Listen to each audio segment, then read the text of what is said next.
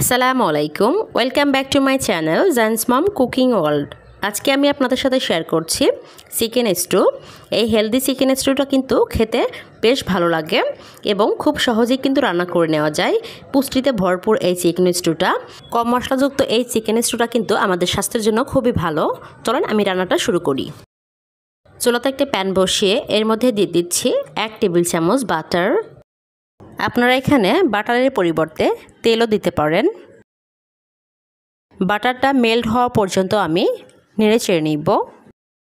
এখন দিয়ে দিচ্ছি 1.5 চা চামচ রসুন কুচি, দিয়ে দিচ্ছি 4 টুকরো আদা। এখন আমি আদা ও রসুন হালকা করে বাটারের মধ্যে ভেজে নিব। এখন দিয়ে দিচ্ছি 6-7টা লবঙ্গ, দিয়ে দিচ্ছি 4-5টা সাদা এলাচ, দিয়ে দিচ্ছি 3 টুকরা দারুচিনি, আর দিচ্ছি 2টা তেজপাতা দিয়ে এখন আমি হালকা ব্রাউন করে ভেজে নিব। এখন আমি চিকেন দিয়ে দিব। এখানে আমি চিকেন লেগ পিস নিয়েছি 4 পিস। এগুলো আমি হালকা একটু কুচে নিয়েছি। এখন আমি এর মধ্যে দিয়ে দিয়েছি, একটু নেড়ে ছেড়ে একটু ভেজে নিব। চিকেনগুলো এপিট ওপিট করে আমি 4-5 মিনিট ভেজে নিব। এখন আমি এখানে শক্ত সবজিগুলো দিয়ে দিব। এখানে আমি গাজর একটু বড় বড় করে টুকরো করে কেটে নিয়েছি, আর নিয়ে নিয়েছি পেঁপেগুলো আমি একই রকম সাইজ করে কেটে নিয়েছি।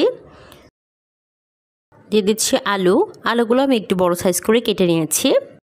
সবগুলো সবজি আমি একই শেপে কেটে নেওয়ার চেষ্টা করেছি। এখন আমি পেঁয়াজ দিয়ে দিচ্ছি। পেঁয়াজগুলো একটু বড় বড় করে কেটেছি, আমি কোয়াগুলো আলাদা করে নিয়েছি।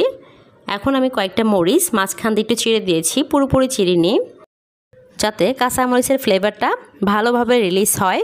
এখন আমি সবজিগুলো চিকেনের মধ্যে ভেজে নিব। মেশানো হয়ে গিয়েছে। এখন আমি এর মধ্যে দিয়ে দিচ্ছি কয়েকটা টমেটো, তাহলে একটু হালকা টকটক ভাব আসবে, খেতে বেশি ভালো লাগবে। এখন দিয়ে দিচ্ছি স্বাদ মতো লবণ। এখন আবার নেড়ে চেড়ে আমি একটু মিশিয়ে নিব। চুলার আঁচটা মিডিয়ামে রেখে আমি রান্না করে নিচ্ছি। এখন দিয়ে দিচ্ছি 1/2 চা চামচের একটু কম হবে হলুদের গুঁড়া, দিয়ে দিচ্ছি এখন ভাজা জিরার গুঁড়া 1.5 চা চামচ। এখন আবার একটু নেড়ে চেড়ে নিচ্ছি। আপনারা যদি আমার চ্যানেলে নতুন হয়ে থাকেন তাহলে প্লিজ সাবস্ক্রাইব করবেন। এখন আমি ঢাকনা দিয়ে ঢেকে কিছু সময় রান্না করে নিচ্ছি। 3-4 মিনিট পর ঢাকনাটা উঠিয়ে নিচ্ছি। সবজিগুলো থেকে পানি বের হয়েছে, একটু নেড়ে চেড়ে মিশিয়ে দিচ্ছি। এখন আমি এখানে গরম পানি দিয়ে দিচ্ছি।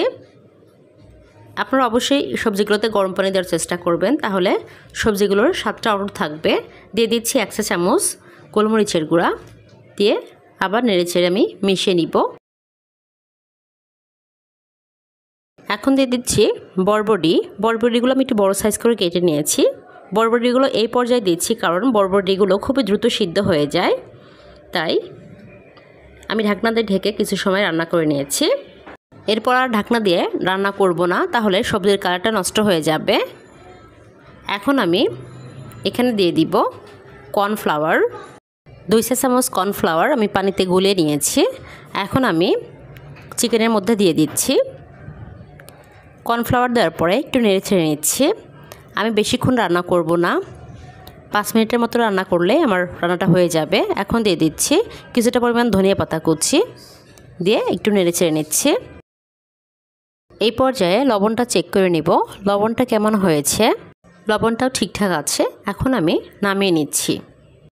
এখন আমি একটি সার্ভিং ডিশে কিছুটা পরিমাণ নিয়ে নিচ্ছি।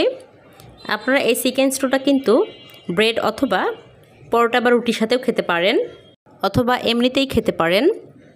আপনারা অবশ্যই এই চিকেন স্টুটা বাসায় ট্রাই করবেন। এই কম মশলাযুক্ত খাবারটা আমাদের স্বাস্থ্যের জন্য খুবই হেলদি।